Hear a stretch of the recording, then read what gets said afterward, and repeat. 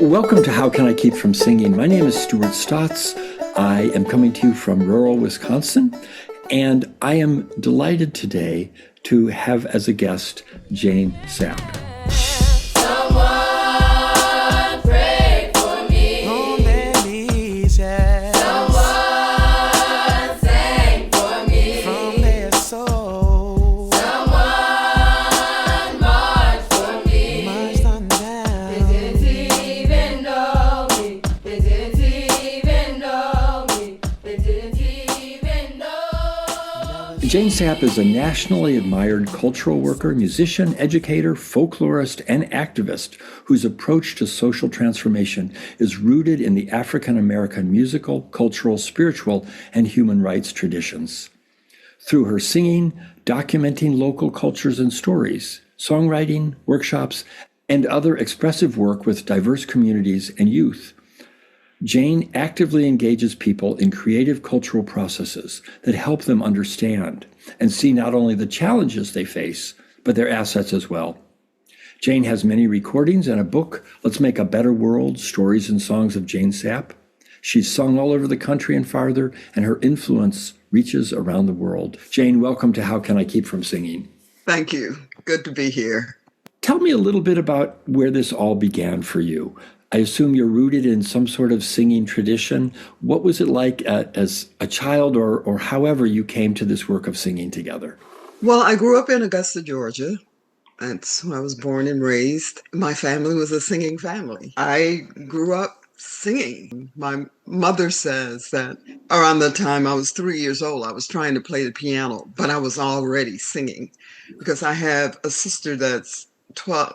I should say I had. My sister just passed, but she was 12 years older than me, and she was always playing and singing. And then there was my other sister, my brother, my mother was a musician and choir director in the church. And so I grew up with all this singing around me.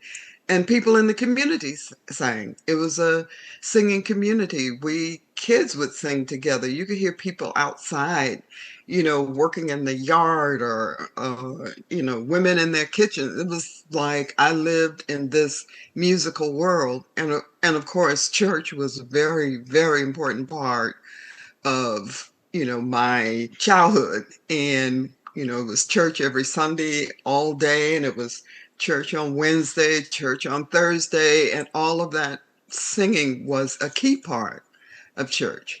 I was a choir director. I started the junior choir at my church when I was 12 years old. And and I was playing for two junior choirs, one at my church and one at another church. And so my church was a singing church. We loved singing, loved talking about singing. My sister was the gospel choir director. So singing was all around me. And in terms of the power of singing, I felt that early on. I just knew that joy that comes when people sing together and the energy that comes with that. In knowing how it feels that when you are singing you're in this very special place, and that when you finish singing, like my brother-in-law, who was again fantastic singer, he said he just felt like he could do anything after we all said, I could just conquer the world. So it's that something about singing that gives you that kind of energy. I guess it comes from, because when you sing, you are fully committing your spirit and your energy. Yeah. I think you're committing your spirit, but also your body. Your body. So yes. Your body is into that as well. That's right. So Jane, I'm curious. I'm assuming in church you were singing gospel music, spirituals, those kinds of things. Mm-hmm. What were you singing when you weren't singing music affiliated with the church?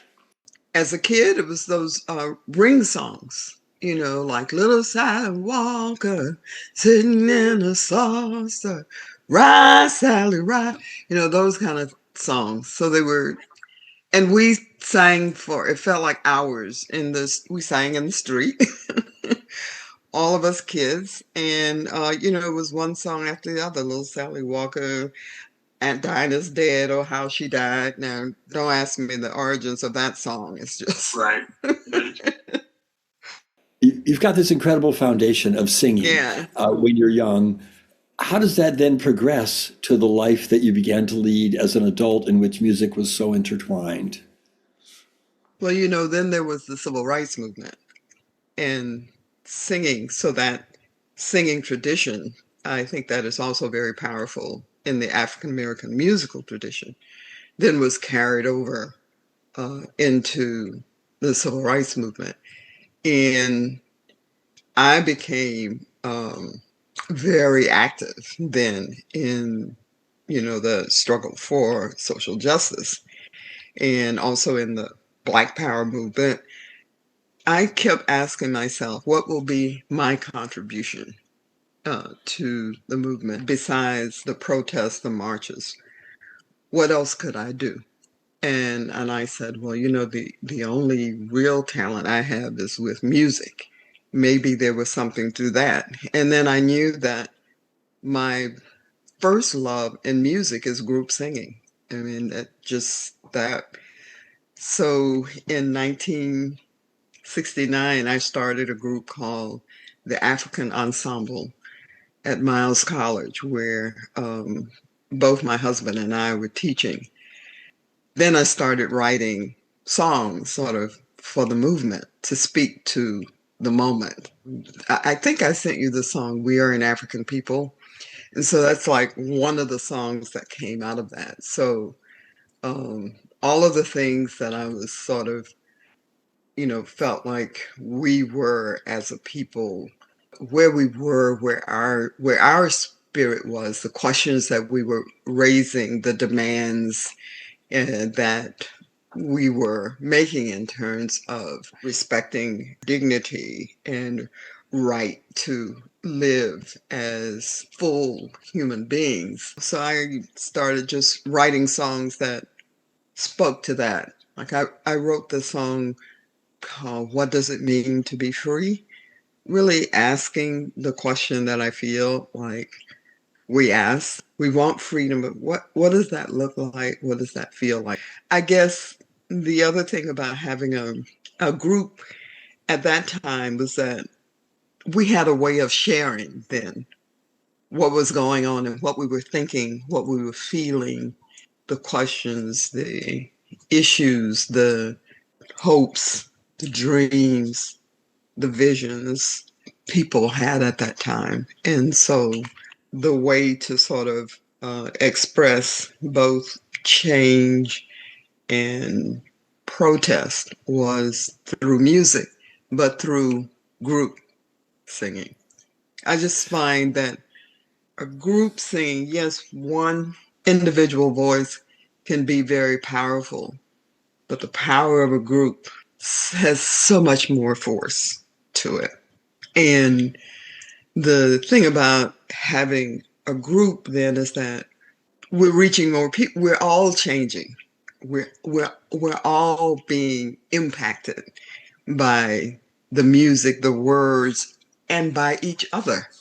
We are making this community, and we are creating a space and a container that holds us together, and it becomes a place where we can, be ourselves, think about, think about the world, ask our questions, be with each other, find the strength that comes from each other. And I think that choruses for me have, and I think for people who participate in group singing, especially on a regular basis, that it's also a source of resilience. I'm wondering now about your work as a song leader, a choir director. I know you have huge experience doing this and huge success. What are some of the things that you bring to mind when you're leading a group in singing in order to make it successful? One of the things I do when I'm working with a group is to make sure that the group knows each other, to share stories, so that we begin to see how we're connected and that we come to not see ourselves just as singing voices or singers, but as friends and people who love and care for each other. I think it strengthens the group singing because the stronger the connection between the people in the group, the stronger the singing. When people have shared their stories, understand each other's journey and where their journeys intersect and connect, and where they begin to see themselves as a family of support for each other and love, and where they begin to see themselves as a family, it makes a big difference in the singing. So I spend time not only with the songs, but with the people who are singing the songs so that they know each other and that they also come to find another part of their voice. And for some people, it's finding their voice for the first time, finding the presence and power of their voices for the first time. So that's what I sort of work on, massaging that so that when people stand together, they really are standing together.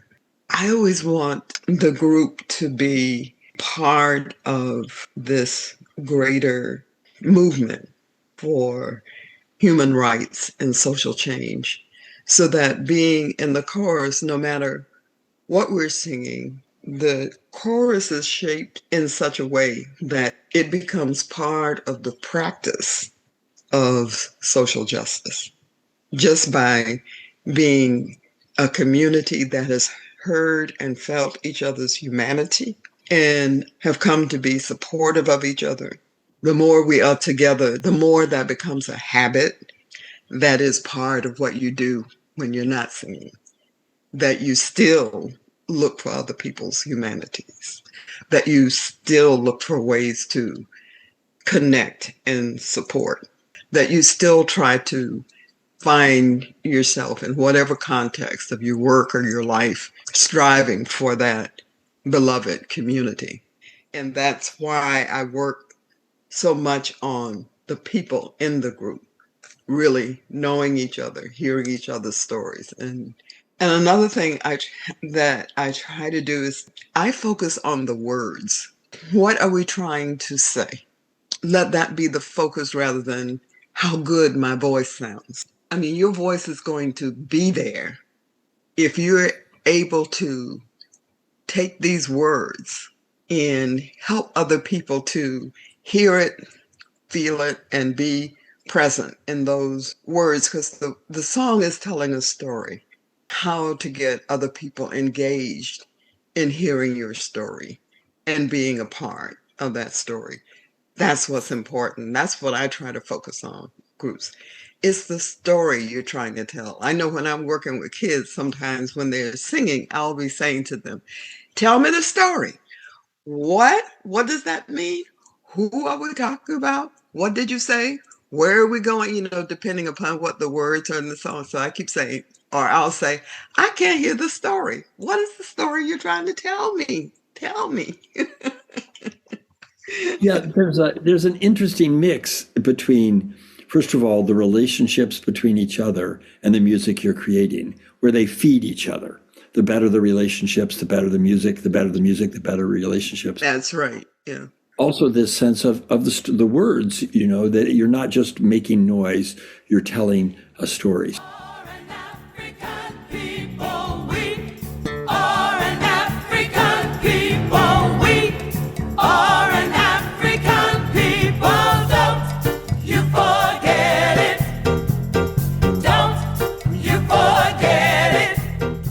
You're listening to How Can I Keep From Singing? My name is Stuart Stotts, and my guest today is Jane Sapp. African people, we are an African people. Don't you forget it. No, no, no, no, no, no, don't you forget it. Jane, is there something in particular about African American traditions of music that lends itself to group singing? I'm guessing that's certainly central to your work. How does that bear on this whole question? a core form of traditional African American singing tradition is the leader chorus, call and response. In the call and response, it is such a profound form. And the way, especially, I think the way in which I experienced it in the African American musical tradition. What I think is important about the call and response is that one is that it gives everybody a chance to be in the leadership or in the light. The way I experienced call and response was that the leaders shifted. So I might say, whose side you leaning on? Somebody might pick that up. Someone else might say, I want to say this, you know. Well, I got a song, da, da, da, da, da. So you come and then we answer to you. So we are all having a moment to have our voices heard, our presence felt without dominating, because it becomes then a kind of shared leadership, if you will, a shared opportunity to be out front, to be heard separately.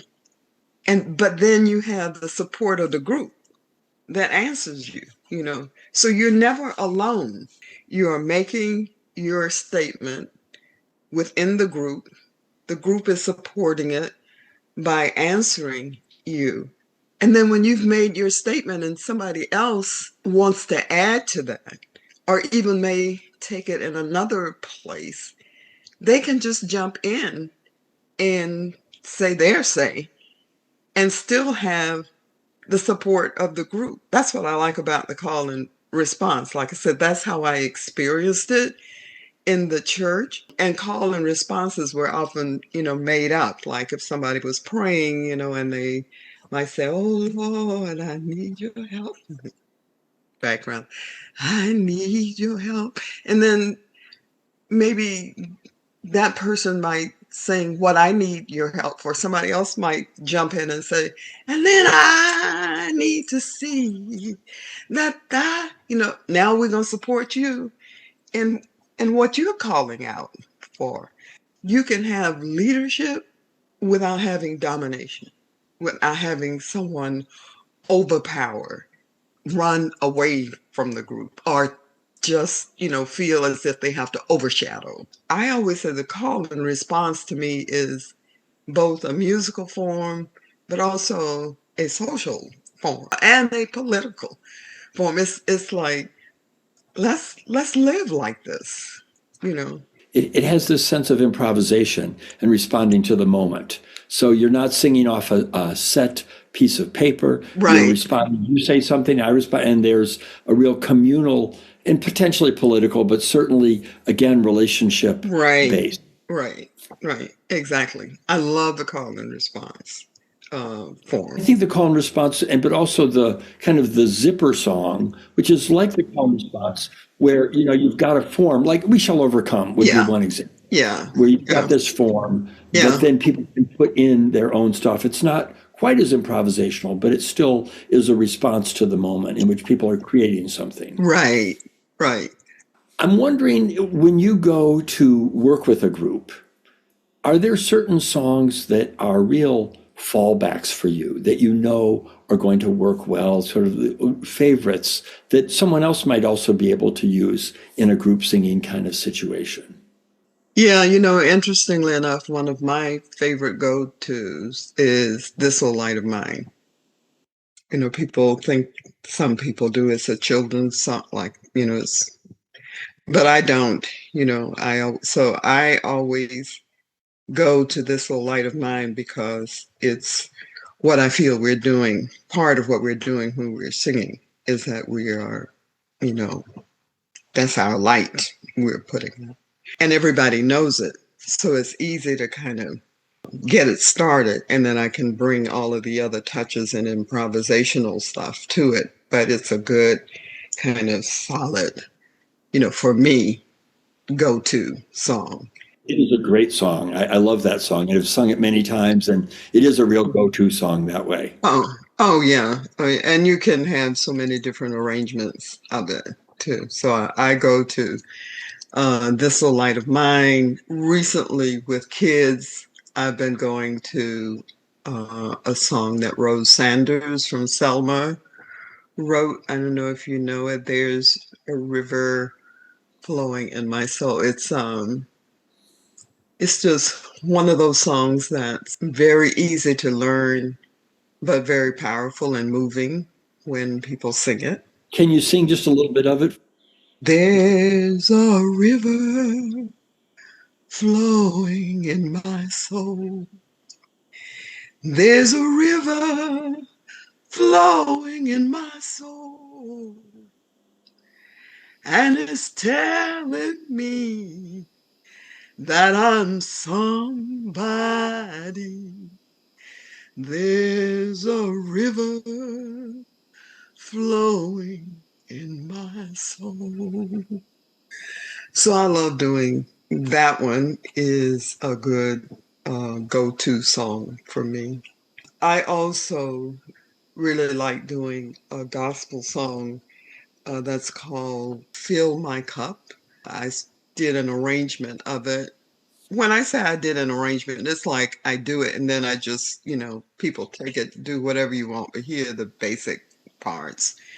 But basically, the song says, fill my cup, let it overflow with love. First, you want to, do a song that's going to hit people, that they're not going to be trying to figure out the tune and the flow of the melody, but that the words will hit them and they'll fully commit then to trying to learn the rest of it. James, I have a quick question for you. My friend Tom Pease worked with you a long time ago, but he mentioned a song that he learned from you that he couldn't quite remember, and I'm wondering if it rings a bell. It's something about, I want to live in a building not made by hand. An old spiritual. I've got a building never made by hand.